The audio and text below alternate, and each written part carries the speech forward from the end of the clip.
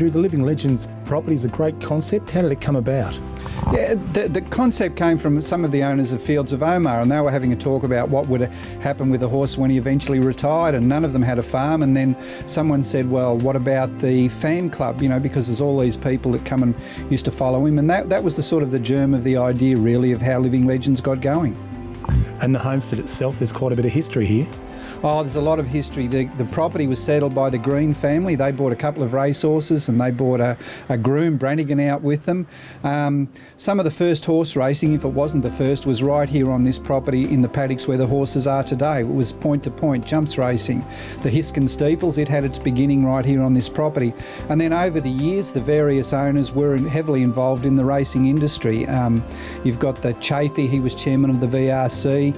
Lots of great horses came off the property. So this is one of the most historic thoroughbred properties in the Southern Hemisphere. We could be anywhere in Australia, and you've got kangaroos and all sorts of wildlife, but we're in such a close proximity to Melbourne. That's one of the real gems of this property. It's right next door to Melbourne Airport. You've got 1,700 acres of parklands, you've got 300- and 400-year-old river red gums, bridleways, walkways, pathways. This is a gem of a property, and one of the best historic homesteads in the state, and terrific gardens, etc. as well. I think it's fair to say that this is a well-kept secret from a tourism perspective as well. Oh, absolutely. Definitely untapped, and we're right next door to Melbourne Airport, 23,000 visitors a year, and we're the gateway to Hume. Like within 10 minutes we've got Rupert's Wood Mansion, the home of the Ashes, Goonawarra and Wildwood Wineries, some great little areas right next door to Melbourne's airport. So we're working with the local other tourism groups to make, to really build on the potential of this area. And Living Legends is certainly playing a role in therapy and in helping a lot of diverse type range of people here. Absolutely. I didn't know what diversional therapy was a few years ago, and we're getting those groups coming out, people with the early dementia. We're having, people with handicaps, sick people. It's a great place to just come out, take some time out, go and pat a champion horse, and help you to recover and enjoy life. We saw one of the tour groups here today of probably some more senior ladies, and they're really enjoying themselves and getting up close and personal with, Melbourne Cups and Cox Plates and the horses that won those races. Yeah, absolutely, and it's those races that really mean things to the public, and it may be, people relate, Might and Power, that was the year, one of the kids was born, or the year we got married was the year Saintly won the Cup, all of those types of things. So, and people that haven't been involved in the racing industry, they get up close and they see these horses in a different light, that thoroughbreds can be relaxed, they love to see the personalities. Of course, they do love to see the horses that have won the great races as well. Now, there might be a perception that it's all champagne and caviar here, but you're a self-funding organisation. Yeah, and I guess that's been one of our hardest journeys, was the funding side of things. But we've got that great corporate memory of being careful with every dollar is really, really important to us. And we've had some, terrific sponsors. Mitavite giving us the help with the food. Eliza Park, they're our principal partner.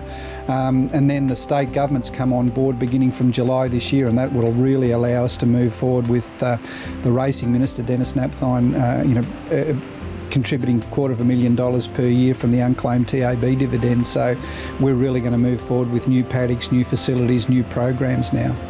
Well, apart from government funding, you are reasonably reliant on donations and people making contributions. Absolutely, and if anyone wants to donate, they can go right onto our website, livinglegends.org.au. The details are there. They can give me a call. Donations are important.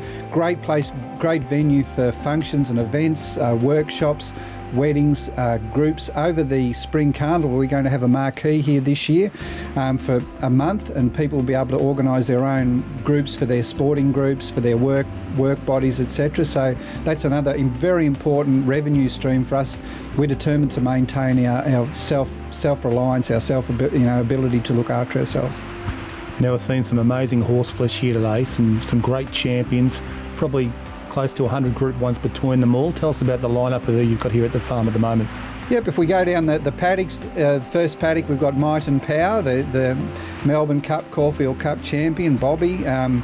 Very, very strong personality, typical Zabeel, but never happier than when he's got kids around him.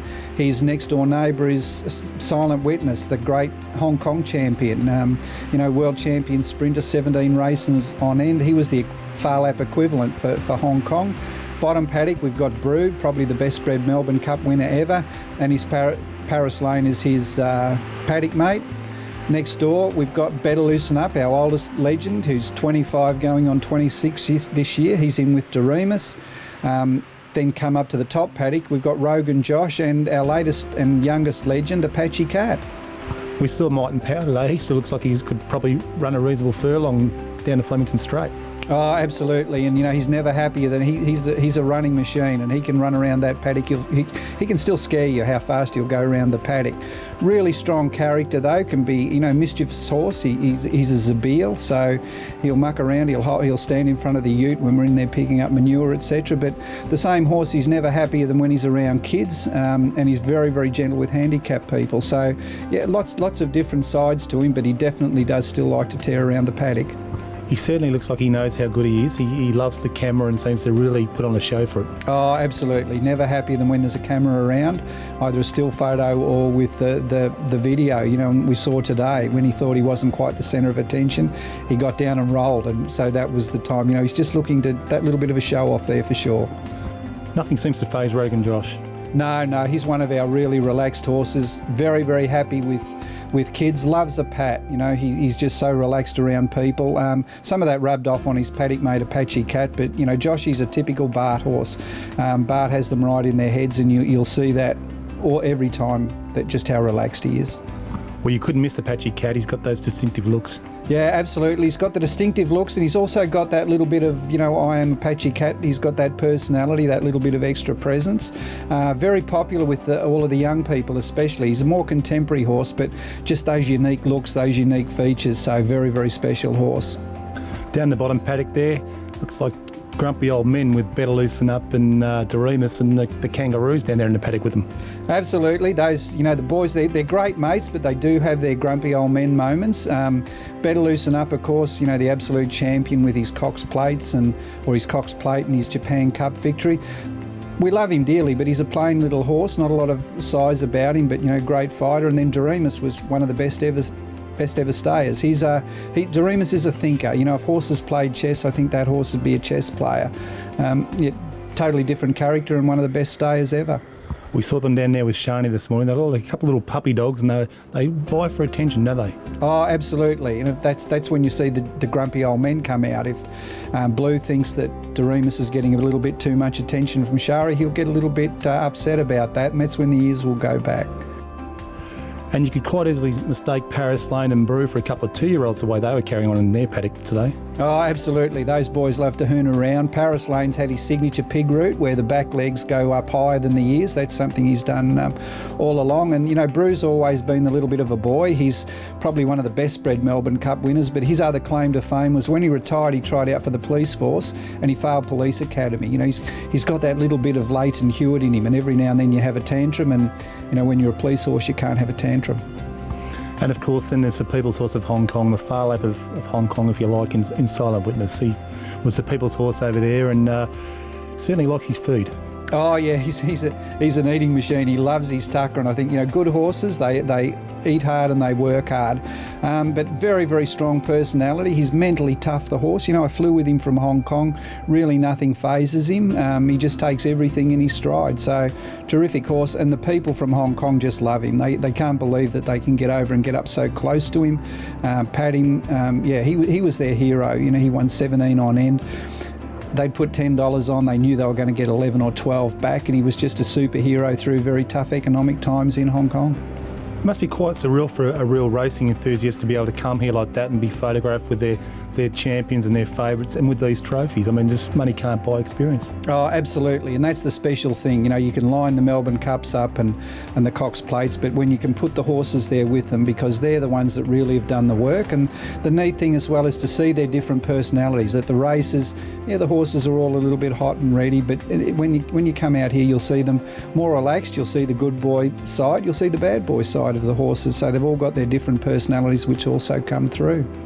As you say, they've all got their personalities, and Silent Witness, it must have been a great change for him to come from that environment in Hong Kong to the paddocks here in Australia. Oh, absolutely, and that was one of the things that really, I think, showed his mental toughness. He hadn't been in a paddock for quite a few years, and we brought him out of quarantine, took him down to the paddock, let him loose, and he gave couple of little bucks, I look to the left and look to the right, and yeah, I'm fine. He was happy. Now, if he'd have run off and ran into a fence, you wouldn't have been surprised. But no, mentally tough horse, and that's really the secret to some of them as well. You see that different part of their ability to cope with